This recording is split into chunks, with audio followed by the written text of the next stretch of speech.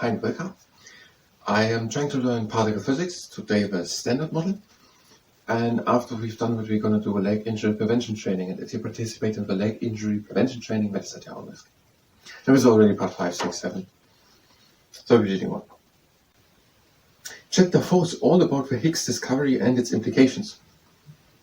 So yes, it is completely okay, but we are not completely able to understand everything. In Chapter 4 we learn more specifically about the Higgs, which was discovered in 2012. In 1983, the W and Z boson. At the same time, electromagnetism and the weak force were being unified. The quantum field theory of a strong nuclear force which holds atomic nuclei together was evolving from fast to triumph, in the words of a theory's co-inventor David Gross at the University of California, Santa Barbara. Now, first of all, there exists the University of California, and it has the name Santa Barbara.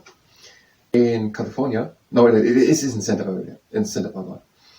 And that means we're getting information we can get, and that means in the United States there's a region called California. And in that region of California, there's a university with the name University of California. And that University of California is in Santa Barbara.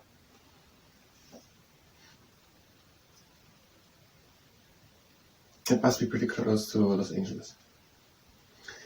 Okay, what was it here? At the same time now, what time? I think while they're speaking of maybe still around the 1980s. The Higgs was needed to ensure that during the breakdown of a unified electroweak force, the W and Z particles acquired mass, confining the weak force to atomic distance, but the photons of electromagnetism didn't, allowing them to zip across the universe. The existence of the W and Z bosons were confirmed in 1983 by researchers working on the superproton synchrotron accelerator at CERN, the European Particle Physics Research Center near Genua, Switzerland. It was a further 4 decades before the Higgs boson was found by a far larger particle smasher in 2012. At the same time, electromagnetism and the weak force were being unified. Okay, the electromagnetism. The electromagnetism was the thing which was going with the photons, zipping across the whole universe, and the photon is transmitting the electromagnetic field, and by repelling the electrons, the 6 electrons inside of the fermion, and making thereby a little change of their properties, shift in their properties. Whatever.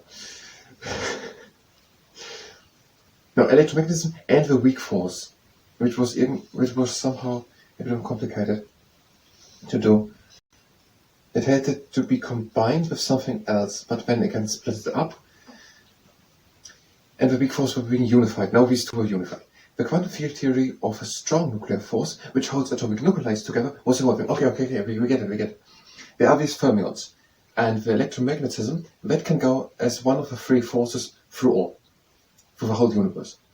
The weak force can only go in atomic distances between the W and Z boson or the Higgs boson or whatever. And now we need a theory to the third one, the strong nuclear force. Now we're explaining the strong nuclear force. And this quantum field theory, which just means quantum are just these particles. These are all quantums. And they are having things in a specific field, in an area just. And they are just named quantum field theory because these are these theories about these quantums. It's just quantum field theory. It just means this is our quantum field theories. Like saying these are our football rules. And these are our theories about the quantums in one area. At least so far do I get it after not even full page.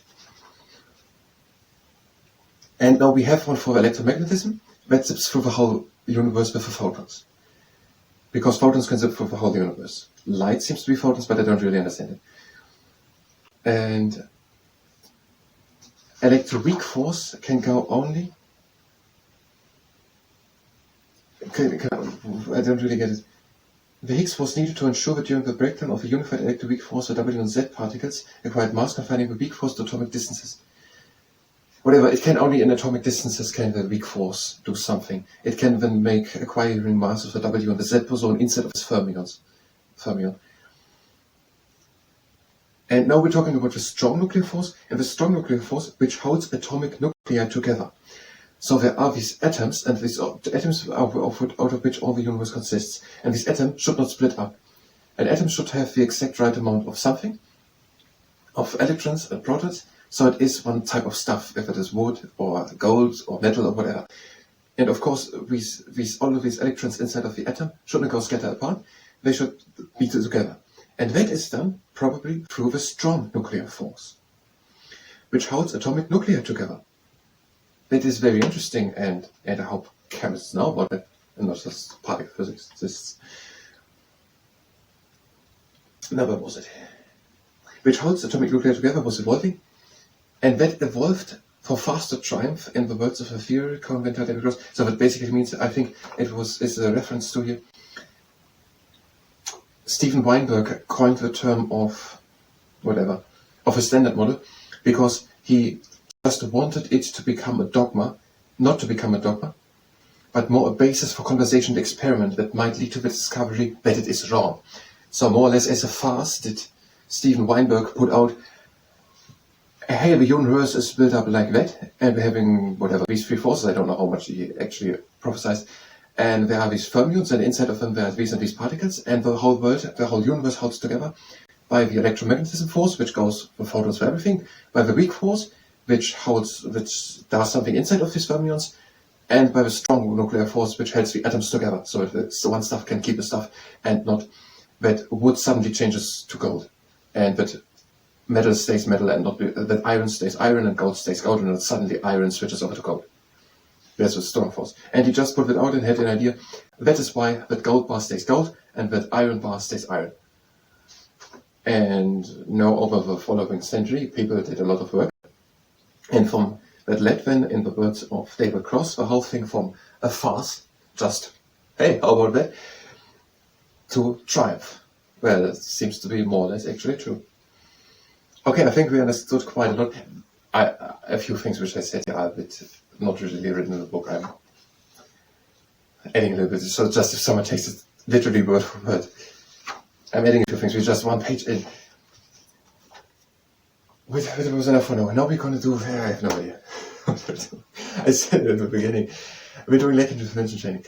If you're here for standard model and particle physics, go directly to the next video of particle physics. We're going to do no Lake intervention training. If you're participating in the Lake intervention training, that's at your own risk. And we're starting with all three. We're starting with a mushroom, the foot points down. We're going on with a greeting mushroom, foot up and down. Now we're doing the waving mushroom, or also the walrus's morning stretch. And we're bringing the upper leg up. We're putting the foot down. And now we bring the foot up and again down. And now we're circling the foot. And in the other direction. And the next exercise is going to be a quad exercise soon. So let's do another stretch. Make the crane is right. Straight back and point with the knee down to the floor. So that we are stretching the quad muscles.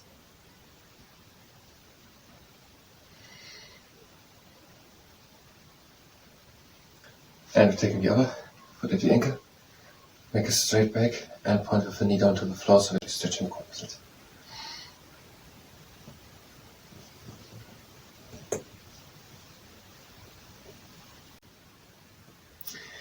And now we're doing the stamp. Knee up and down. Grabbing the flex foot so that we're going down onto the floor. And with your leg up, down. So. And now we're doing the next exercise. One hand on tummy, one on lower back. And we're lifting the legs straight up.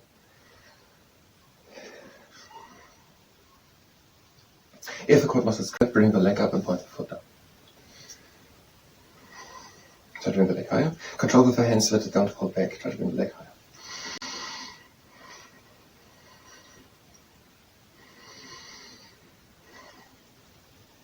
And bring the foot up. Leg up and point with the foot down to the floor. And the other leg comes up. Try to bring the leg higher. Control with the hands, let it down to pull back and try to bring the leg higher.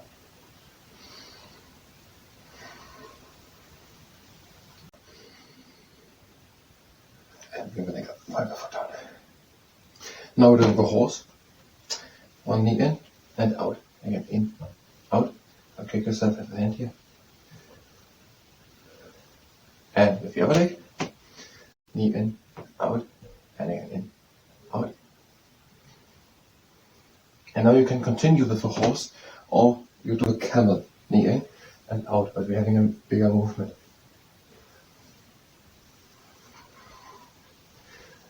And with the other leg,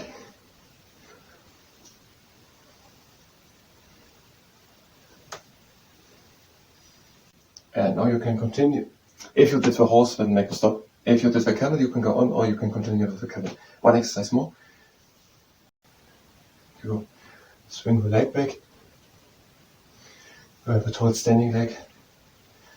Try not to fall in the abdomen. Flex put it, swing the leg. And the upper part of the body goes in the moment down, and the leg comes up. And the last one. Now with the other leg.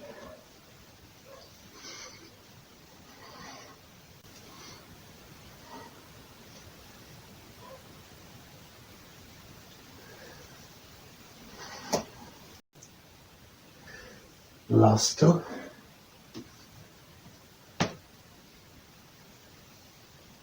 And now we're crossing exercise. Legs wide apart. You're breathing in. Out. In. Out. And breathe in, cross the legs. And out. That was the leg interval training. I thank you very much, and until next time.